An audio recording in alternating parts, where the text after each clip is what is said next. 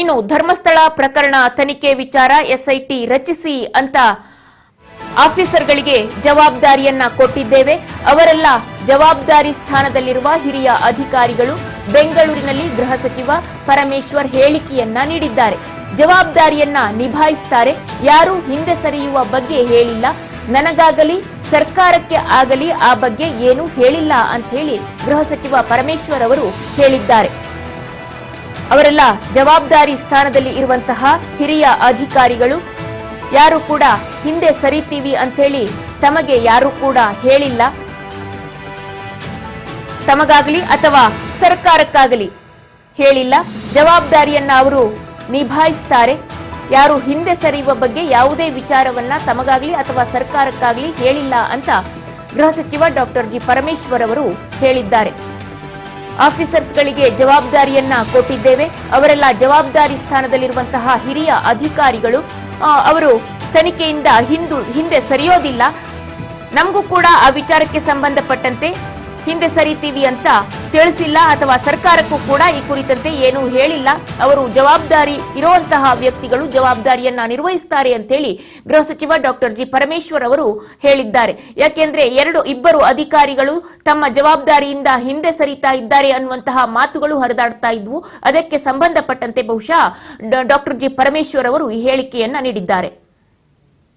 ಇಲ್ಲ, ಇನ್ಸ್ಟ್ರಕ್ಷನ್ ಏನಿಲ್ಲ. ಅವರು ನನಗೆ ಜವಾಬ್ದಾರಿ ಕೊಟ್ಟಿದ್ದೀರಾ, ಥ್ಯಾಂಕ್ ಯು, ನಾ ಮಾಡ್ತೀನಿ ನನ್ನ ಕೆಲಸ ಅಂತ ಹೇಳೋದು ಅಷ್ಟೇ. ಅವರಿಗೆ ನಾವೇನು ಇನ್ಸ್ಟ್ರಕ್ಷನ್ಸ್ ಕೊಡೋದಿಲ್ಲ. ಸರ್ಕಾರ ಒಂದು ಸಾರಿ ತನಿಖೆ ಮಾಡಿ ಅವರಿಗೆ ಆದೇಶ ಮಾಡಿದ ಮೇಲೆ ಅವರಿಗೆ ಅವ್ರು ಮಾಡ್ಕೊಳ್ತಾರೆ ಅವ್ರ ಕೆಲಸ.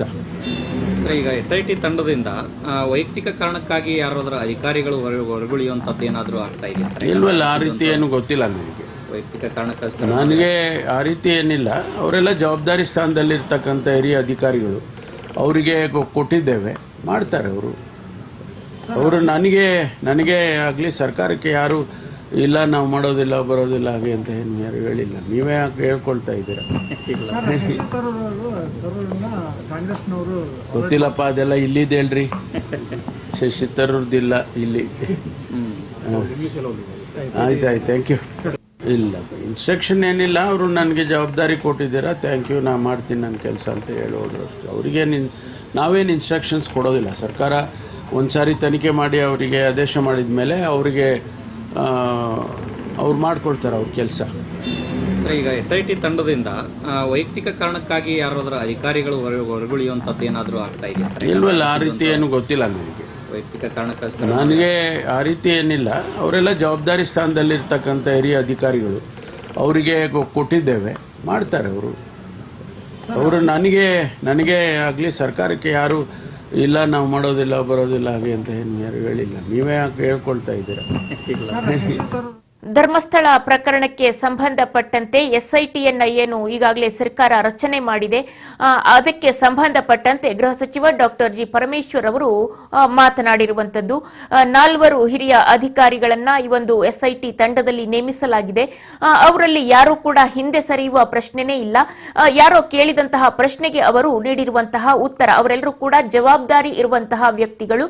ಜವಾಬ್ದಾರಿಯಿಂದ ಅವರು ಹಿಂದೆ ಸರಿಯೋದಿಲ್ಲ.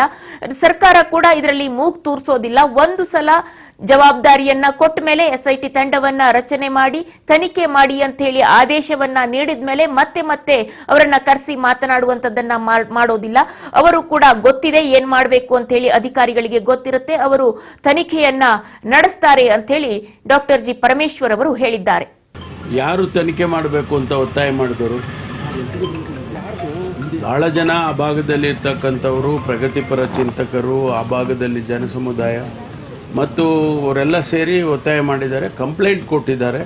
ಕಂಪ್ಲೇಂಟ್ ಕೊಟ್ಟವರು ಕೂಡ ಹೇಳಿದ್ದಾರೆ ಇಲ್ಲೆಲ್ಲ ಈ ರೀತಿ ಆಗಿದೆ ಅಂತ. ಅದನ್ನ ತನಿಖೆ ಮಾಡಿ ಆಗಿದೆ ಆಗಿಲ್ಲ ಅನ್ನೋದು ಗೊತ್ತಾಗಬೇಕಲ್ಲ. ಸುಮ್ಮನೆ ಹೀಗೆ ಹೇಳ್ಕೊಂಡು ಹೋಗ್ತಾ ಇದ್ರೆ ಅದು ಕಾನೂನು ದೃಷ್ಟಿಯಲ್ಲೂ ಕೂಡ ಸರಿ ಕಾಣಿಸೋದಿಲ್ಲ. ಹಾಗಾಗಿ ಅದರ ತನಿಖೆ ಆದೇಶ ಮಾಡಿದ್ದೇವೆ.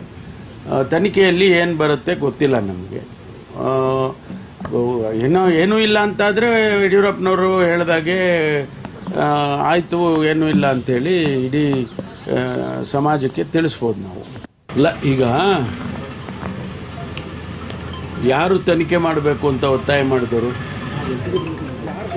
ಬಹಳ ಜನ ಆ ಭಾಗದಲ್ಲಿ ಇರ್ತಕ್ಕಂಥವರು ಪ್ರಗತಿಪರ ಚಿಂತಕರು, ಆ ಭಾಗದಲ್ಲಿ ಜನಸಮುದಾಯ ಮತ್ತು ಅವರೆಲ್ಲ ಸೇರಿ ಒತ್ತಾಯ ಮಾಡಿದ್ದಾರೆ, ಕಂಪ್ಲೇಂಟ್ ಕೊಟ್ಟಿದ್ದಾರೆ.